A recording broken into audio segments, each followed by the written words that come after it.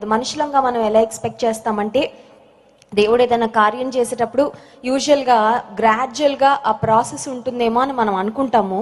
కానీ దేవుడు మనుషులు అనుకున్నట్లుగా మనం అనుకున్న విధానాల్లో ఆయన పనిచేయడు. గాడ్ వర్క్స్ ఇన్ మిస్టీరియస్ వేస్. ఆయన పనిచేయడంలో ఆయన ప్రణాళికలు నిజంగా మానవ జ్ఞానానికి మించినవి, మన ఆలోచనలకు, మన తలంపులకు, ఊహలకు మించినవి. అబ్రహాము శారాలు అనుకున్నారు, పెద్ద వాగ్దానం చేశాడు. అంత పెద్ద వాగ్దానం ఎందుకు చేయాలి దేవుడు? అసలు ఇక్కడ ఏమీ లేదు. శారాకు ఒక బిడ్డ కూడా కలగలేదు. శారా గర్భమే తెరవబడలేదు. We're in disappointment. బహుశా చాలా మంది బ్లేమ్ చేస్తూ ఉండుంటారు, నువ్వు నిజమైన దేవుడని ఆరాధిస్తూ వెళ్తున్నావు, నీ బంధువుల్ని, నీ తండ్రి ఇంటి వారిని, స్వజనాన్ని అందరినీ విడిచిపెట్టి దేవుడు ఎక్కడికి చూపిస్తే అక్కడికి వెళ్తానని విశ్వాసంతో ప్రయాణం ప్రారంభించావు.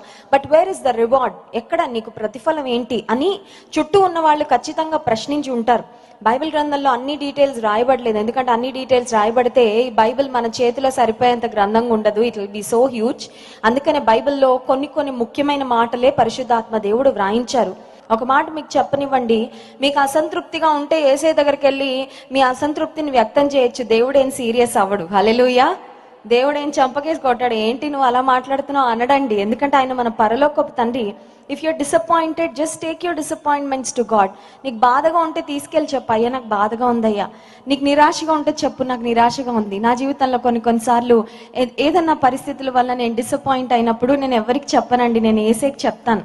యేసయ్యకి ఏం చెప్తానంటే, నాకు కొంచెం డిసప్పాయింట్మెంట్ అనిపిస్తుంది యేసయ్య, ప్లీజ్ చియర్ మీ అప్. నన్ను ఏదో ఒకలాగా మళ్ళీ నా ముఖంలో నవ్వు పెట్టు అని అడుగుతాను యేసయ్యని.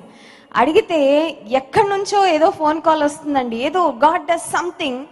ఆ ముఖంలో ఉన్న డిసప్పాయింట్మెంట్, నా హృదయంలో కొంచెం బాధ ఉన్న వెంటనే God turns my sorrow into Joy. God turns my disappointment into a great Joy. Hallelujah.